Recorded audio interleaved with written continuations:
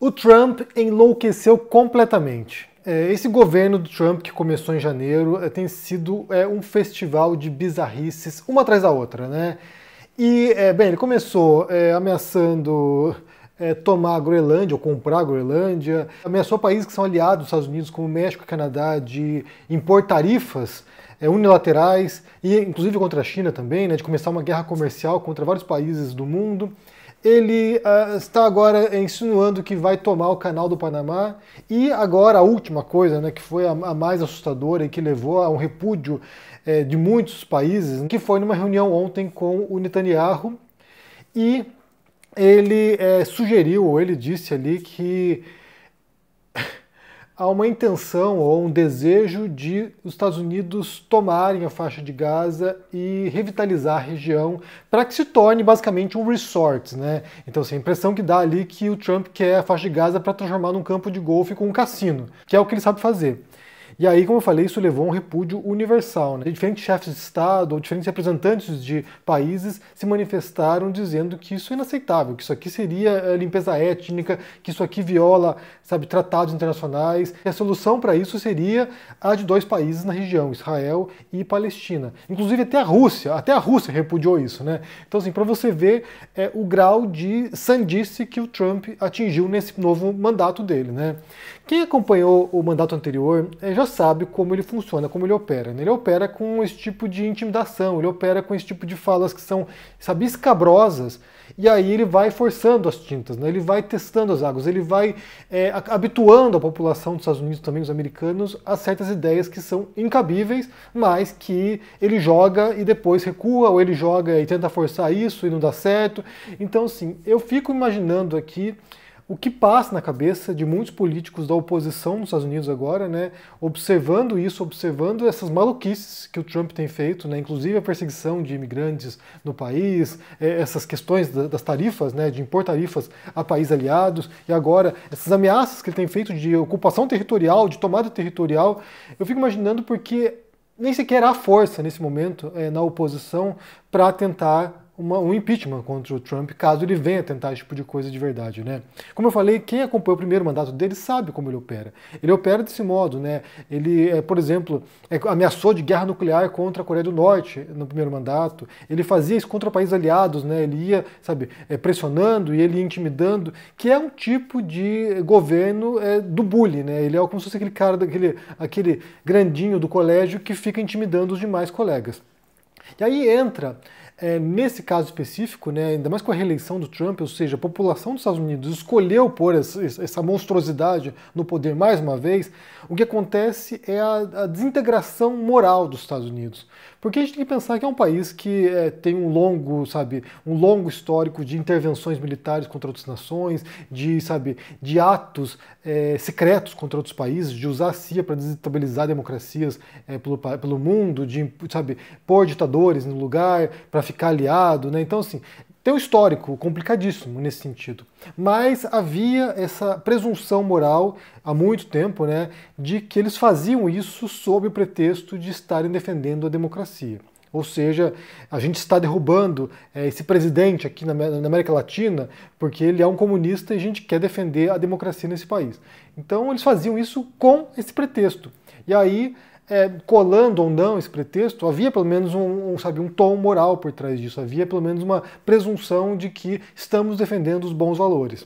Com a chegada do Trump, isso acabou.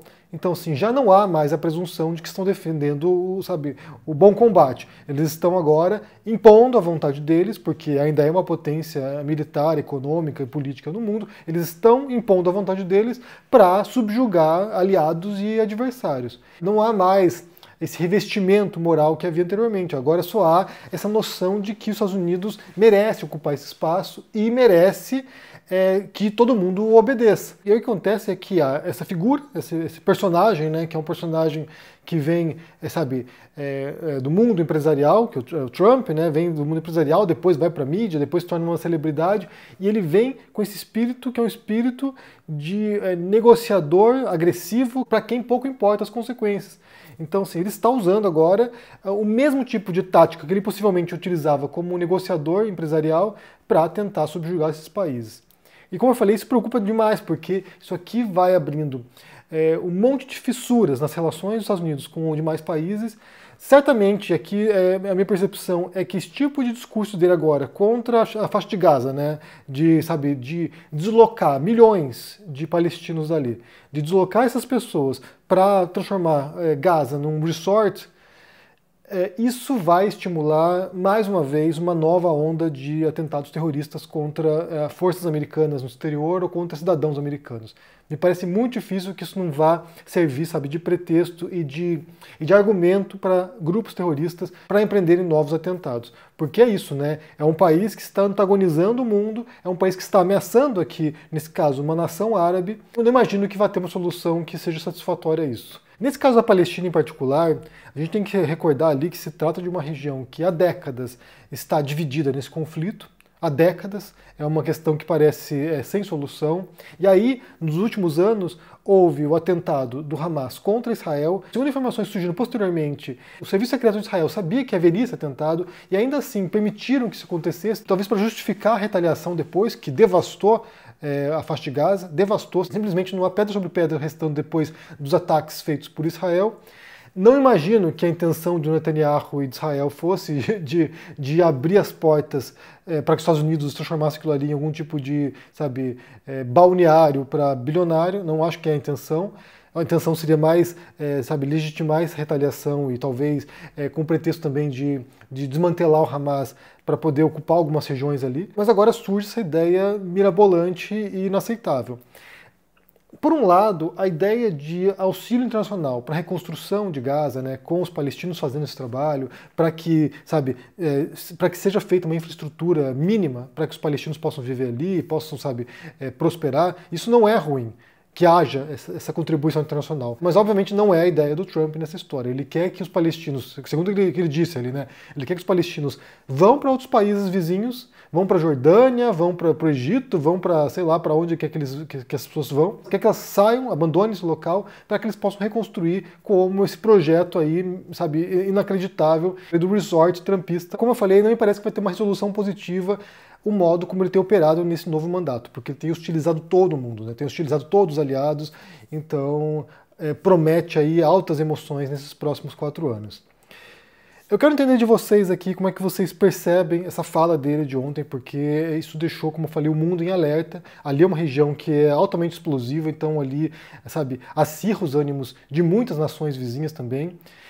Como você entende isso? Para onde isso pode levar? Como eu falei, isso pode, indicar novos atentados contra os americanos. Havia tido um tempo um pouco mais pacífico em relação a atentados terroristas. Isso pode abrir as comportas mais uma vez. Como você entende isso? Como eu falei, é um plano mirabolante, tem pouquíssima chance de ser executado, até porque isso geraria um repúdio internacional, mas o que você entende sobre isso aí? Deixa aqui embaixo no comentário, deixa o joinha, se inscreva no canal aqui ativando o sininho, isso é muito importante para ajudar aqui no engajamento. Se torne um membro da Nova Força ou um apoiador. A meta para esse ano é produzir documentários filosóficos e se cuide por aí. Um forte abraço e até mais. Tchau!